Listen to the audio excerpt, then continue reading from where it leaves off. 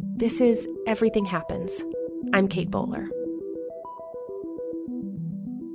Something you may have noticed if you've been listening for a while is that one of the most difficult things to get right in tough times is communication.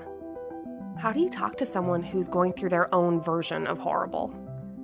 So I'm not just talking about skills or not of family and friends, who do, for the most part, gather round with love and prayer and usually wine and cookies, and for that I am eternally grateful. But the communication skills of medical personnel or others can be, let's just say, wanting. Sometimes weak, sometimes wonderful, but what makes the difference? I'm lucky enough today to talk to Alan Alda, who is just crazy famous. He is an actor and director, winner of 7 Emmy Awards, and star of the classic TV show MASH and many movies, including Crimes and Misdemeanors, Everyone Says I Love You, and Bridge of Spies. Alan Alda has spent a long time trying to train doctors and scientists how to communicate with their patients, their peers, and the public. I'm hoping he's got some real advice for us today. Alan, I'm so honored to speak with you. Oh, it's great to talk to you, Kate. Thank you. Well, I was excited to learn that your dad was a vaudeville star and you grew up in this world of theater.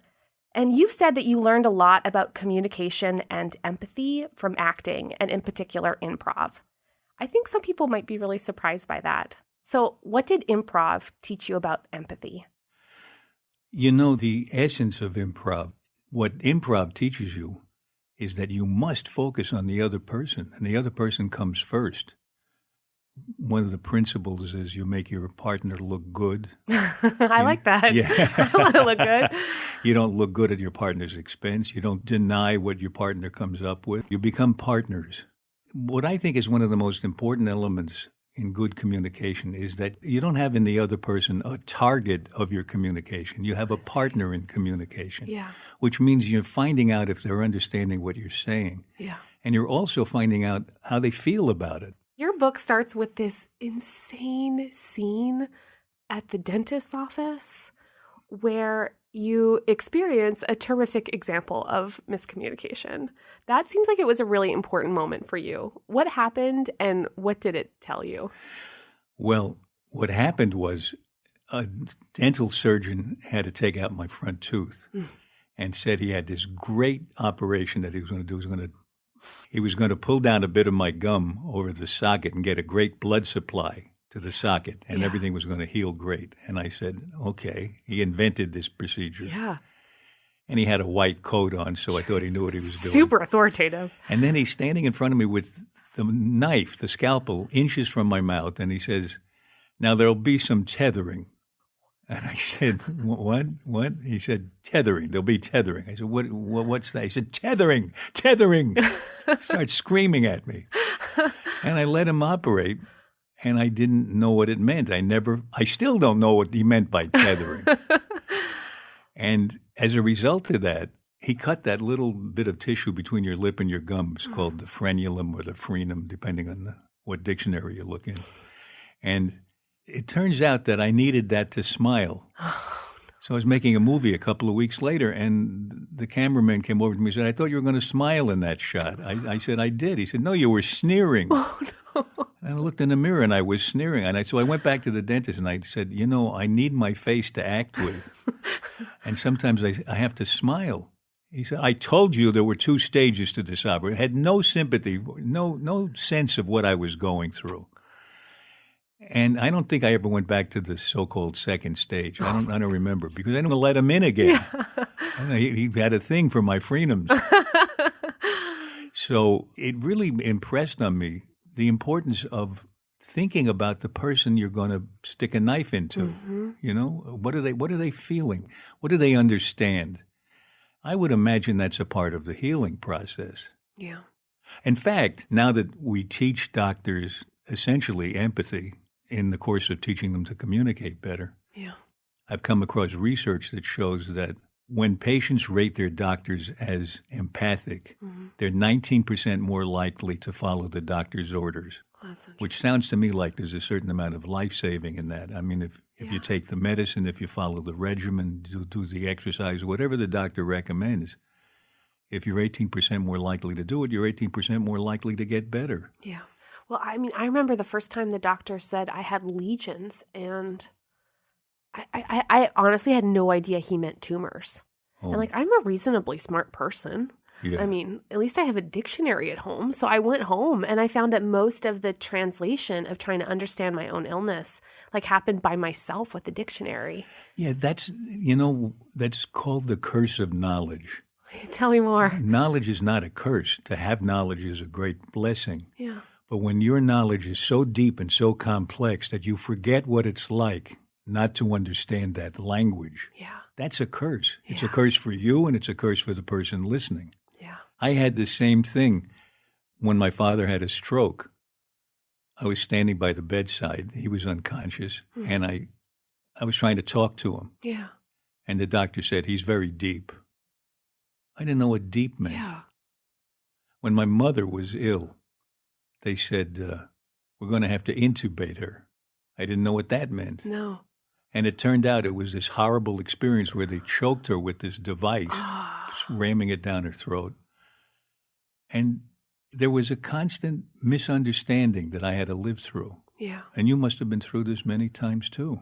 Yeah. I mean, like when you are the subject of translation, especially too, I mean, with the drugs I'm on, immunotherapy is this whole new frontier. And because of that, we often lack any language for it. And so, like, for instance, I have incurable cancer, which means I never get to be a cancer survivor because I'm not past it. And I'm also not terminal, which means we for sure know, I mean, we'll all die, surprise, just for everybody. Just anyone listening, please know we all, as it turns out, do not make it out alive. This is going to generate a lot of headlines.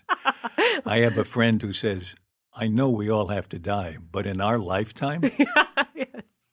Yeah, exactly. Exactly. It does seem like when people are using the word terminal about me, like they've isolated a special case of someone who's not going to make it.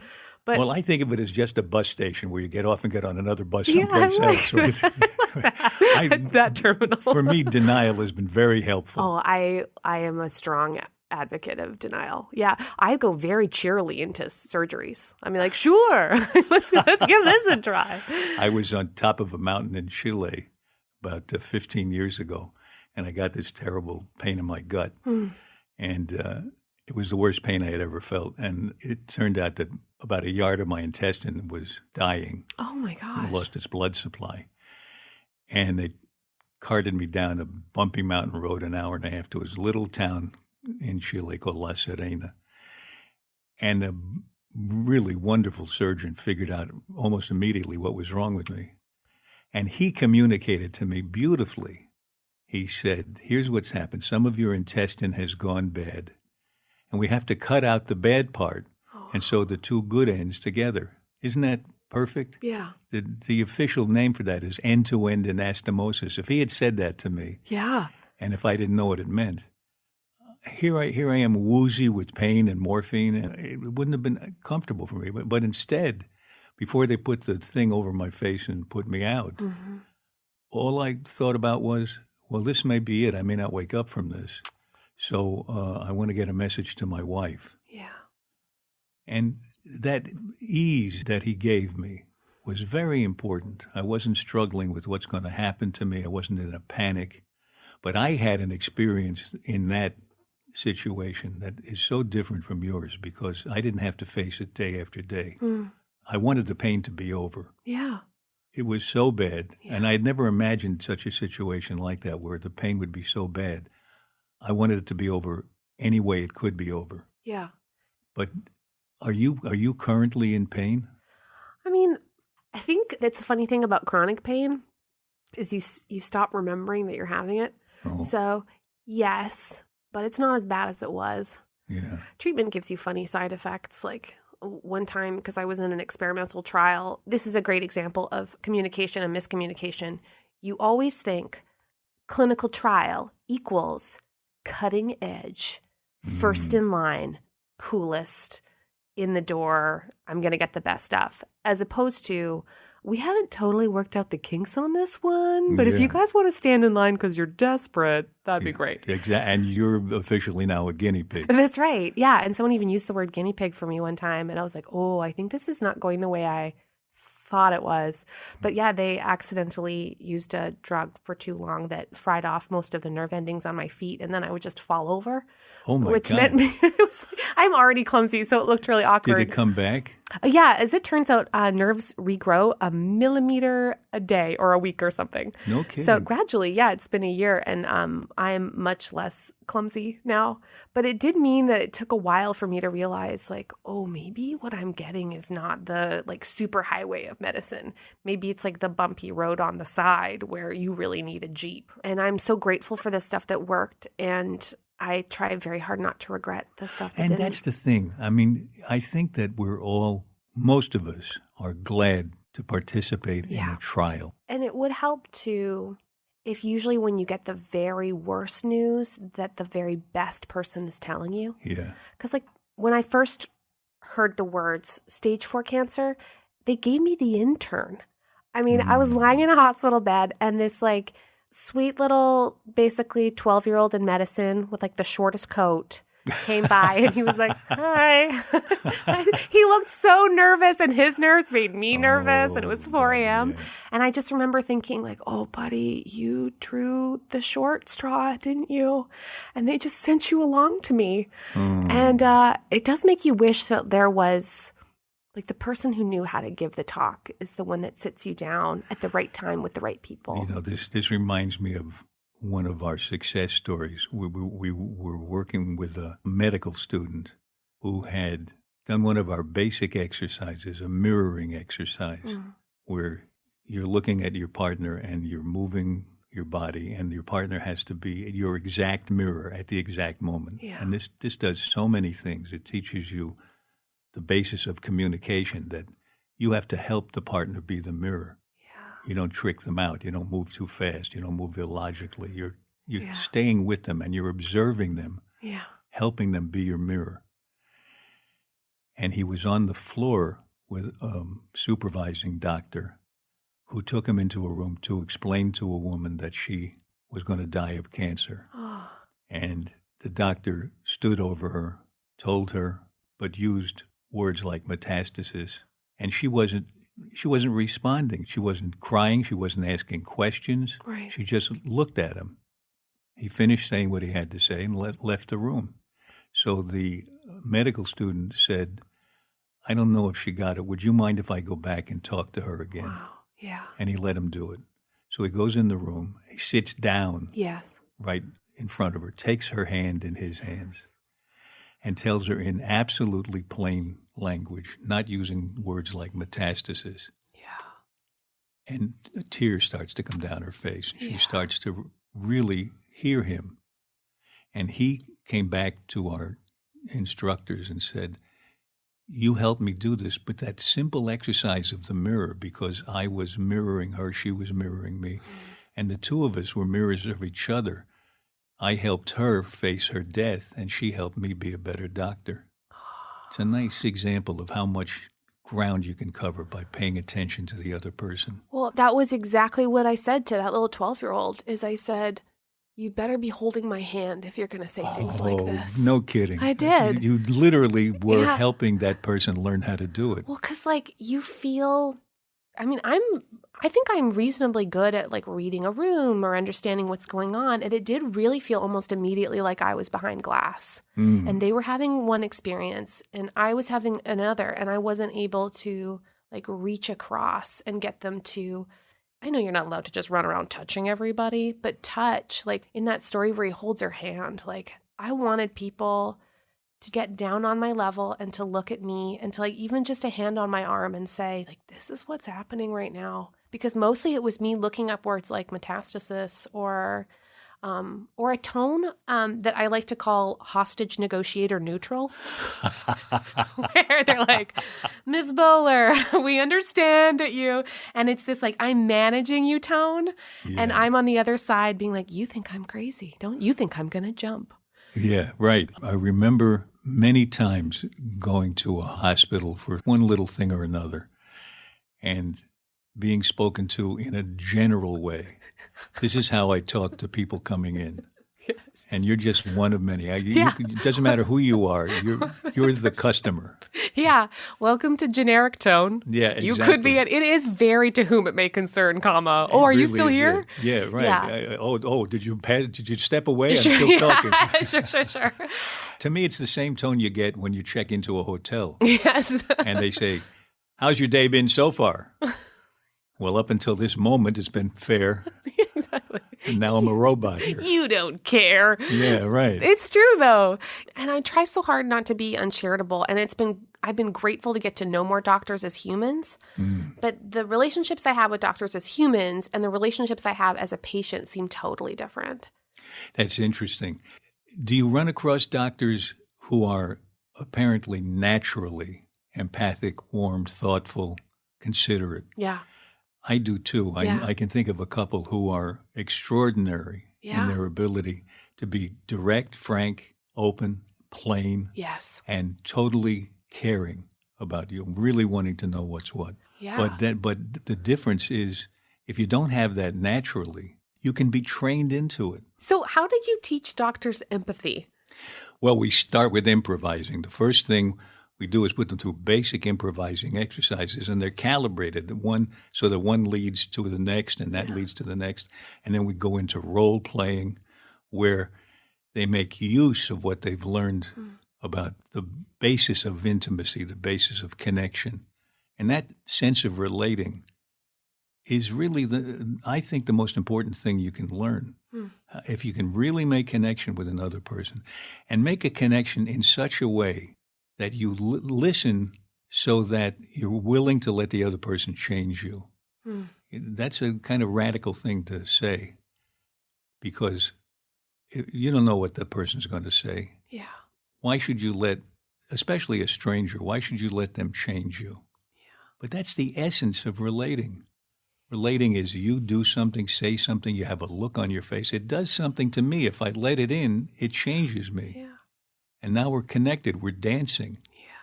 And if we don't do that, it's just me spraying stuff at you, and then you wait till I finished and you spray stuff at me. Yeah. It seems so interesting to me that it feels so good to connect to another person.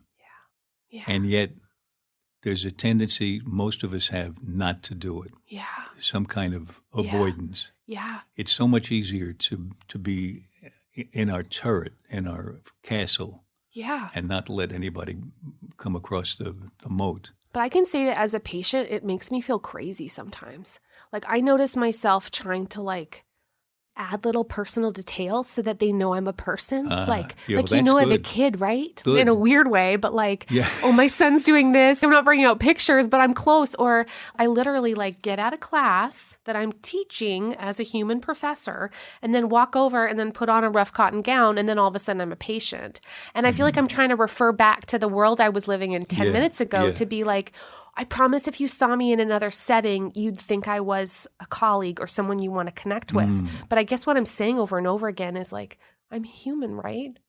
You know, I think every time I'm in a hospital setting, it seemed to me it always boiled down to that gown they give you that exposes your rear end. Yes. There's a message in that you're no longer the person you were when you came in with your clothes on. Yeah. You're this patient thing. Yeah. At least that's the message I get wearing the gown. They probably don't intend that message, but the transaction builds out from there. Yeah. And there's a bridge that has to be crossed all over again. I'm lying on the gurney. The doctor comes in, stands over me. It's a task for the doctor to make contact with this person who's already been diminished by just changing clothes. Yeah. I think mostly out of love. People offer me a lot of advice or have a lot of suggestions of how I might just personally overcome death through sheer will. I was wondering if you had any advice for me about how to successfully communicate better with people who are trying but failing to help me. Because I do feel empathy for them. I do. But sometimes I struggle to describe what it's like to be on my side. Yeah.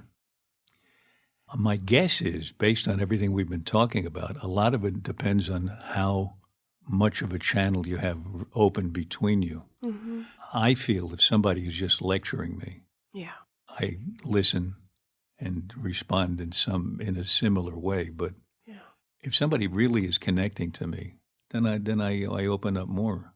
It seems like an easier thing to do, but I think it depends on where your heart is at the moment. Mm-hmm. I think your technique is really good of bringing up your child, bringing that into the conversation.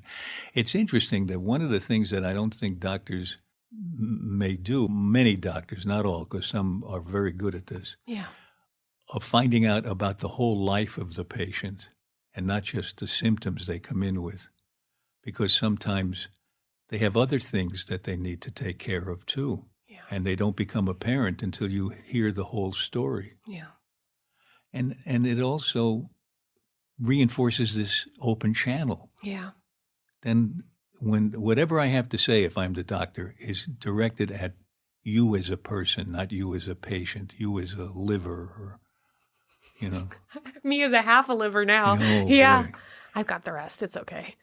Is the liver the thing that grows back? Or You know what's funny? It doesn't grow back. It hypertrophies. And that was another problem. I don't even know what that means. Yeah, see, that was the problem. Is like I couldn't figure out if they were cutting it and it would grow back like a lizard tail, or if they were cutting out half my liver and then it would just like do what. So it took me forever to realize they were going to cut out half, but it would like puff up to create more mass and it would regenerate in function a lot. But like So I don't. How is that different from growing back? Yeah, so It just gets puffy, or I what? don't know. So like this is the thing. This is in my Here own we are body. talking about what you ought to know. Yeah, about. I don't know the answer. Like this is a great example of like I asked a million questions just like that, and I only a little bit know the answer.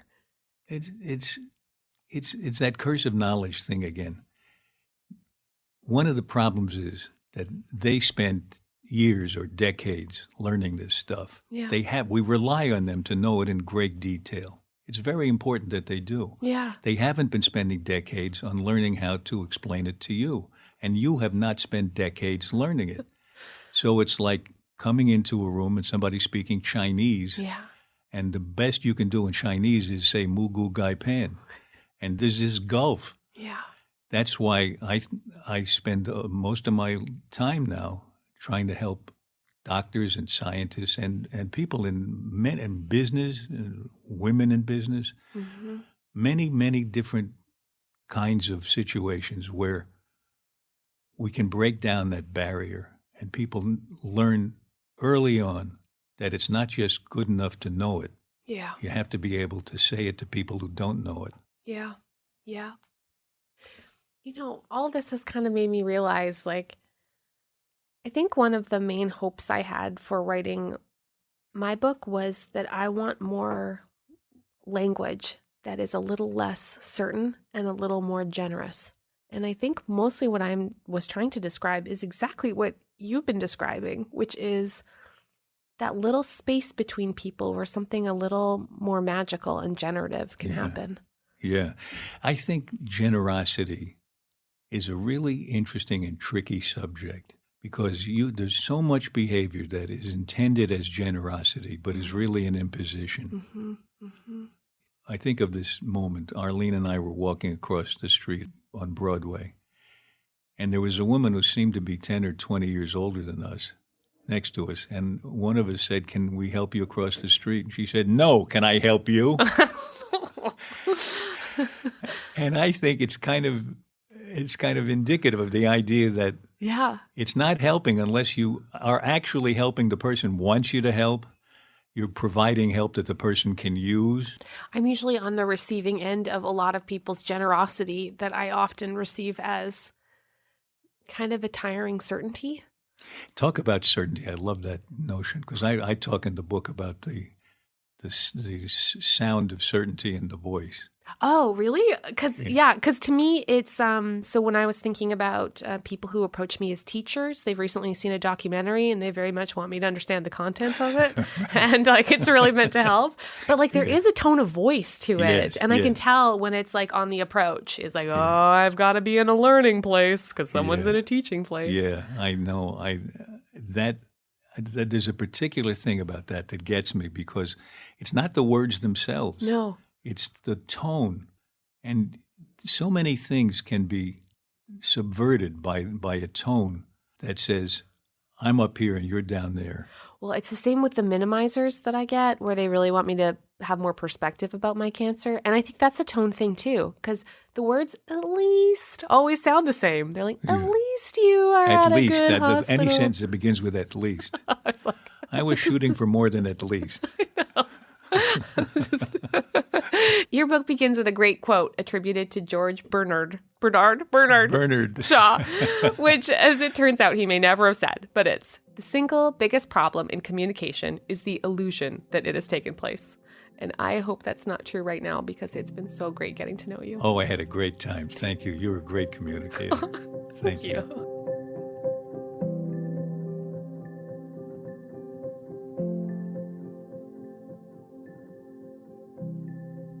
After we'd had that conversation, we traded places, and Alan wanted to ask me about my book and my family and what it's been like going through this tough season. Here's a bit of that conversation.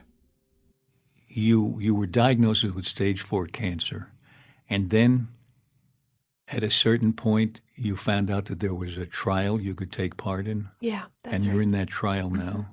I was in that trial for a little over a year, and then I stayed on that drug out of the trial, and I get scans every 3 months that let me know if the tumors are still in check. And so it's just like purgatory, I guess. That's interesting. Yeah. None of us want to believe that we're going to die. Yeah. And you're, in a way, put in a position where you have to think of that. Well, yeah, but even I can't think of it. Like, it's an impossible thought. How could you possibly imagine your heart not beating and, all the things that make What do you who think you are? about when you think of this? Is really interesting. When you think about what, I imagine you think about it more than most of us do because it's what you're struggling with. What do you think it would be like? Do you think that, do you have a vision of what it would be like to not be here? It's funny. The second I got sick, I started to think of my mental processes as double brain. Like one part of my brain is like exactly the way I was before, where I always imagine everything's going to work out and I'm making plans to, run a marathon or at least try 5K again. And then the other part of my brain is always making plans that I will come to the end of myself and that I will have to be making plans for a life for my family beyond me. And they're always running concurrently, which is exhausting. It's like I've got 2 decision trees to make for any major decision. Right.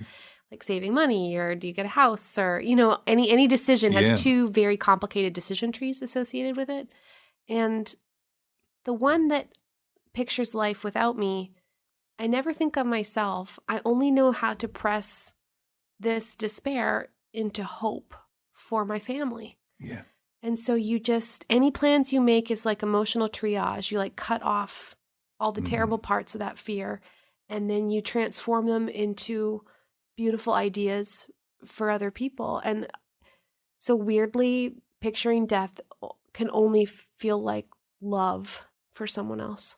I think you make a real contribution just on that point alone with your book and other things you've written, where you really allow us to think about death and dying and what other people are going through as they have various responses to that fact that it's the one universal fact we all face. Yeah. Why did you write the book? Oh, well. And why are you doing your podcast? I wrote the book as a love letter to my family and to other people I knew who were in pain to try to ask the question, what is it like to live after you give up on some of your most deeply cherished lies, like that everything's going to work out? Is there still true and beautiful things that we can still learn in the dark? And so I wrote the book to kind of dig down deep and try to find new language to live in this new way. And it's the same reason I'm doing this podcast, is hopefully to thicken up that language for all of us so that we can communicate better about what it means to grapple with the beginning and the end. Yeah, that's great. Well, thank you for writing it, and thank you for talking about it that way. That's a beautiful way to express it. Oh, I'm grateful. Thanks for talking with me.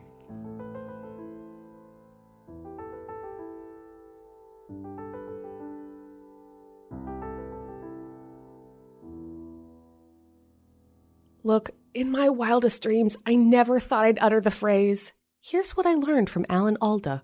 But here's what I learned from Alan Alda. We need to surrender the idea that just because we're talking, we're communicating. In Alan's book, If I Understood You, Would I Have This Look on My Face?, he makes the point that we can miss each other in a zillion different ways. And here's the thing. He didn't come in with a script, lines fully rehearsed and ready to deliver. He was there to engage, to ask questions, and to keep reflecting my own thoughts back to me until, guess what? Our words made a little magic. They danced a little. And what a thrill, even in the darkness, to bump into some great dance partners.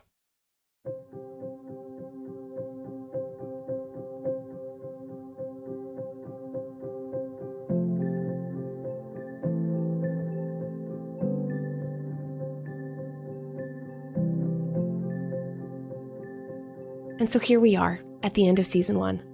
And yes, if we're talking about season 1, then there's gotta be a season 2, right? Right. There's just so much more to say, to figure out, don't you think? So I'm working with my team to bring you more amazing guests and their amazing stories, so we'll be back soon.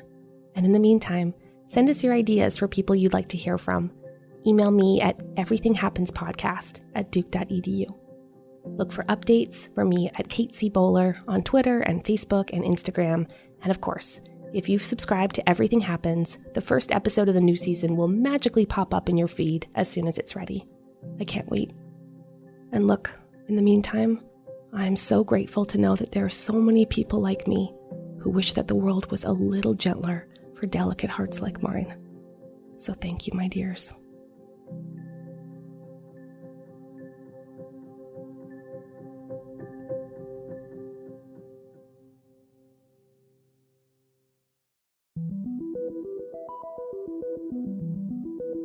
Everything Happens is produced by Duke University in association with North Carolina Public Radio, WUNC. Support comes from Faith and Leadership, an online learning resource. And so many thanks goes to my awesome team, Beverly Abel, Allison Jones, Amanda Height, and the Be the Change Revolutions team, Ivan Panerewski, and Random House.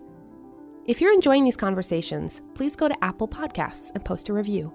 And come find me on Facebook, Twitter, and Instagram at Kate C. Bowler. This is Everything Happens with me, Kate Bowler.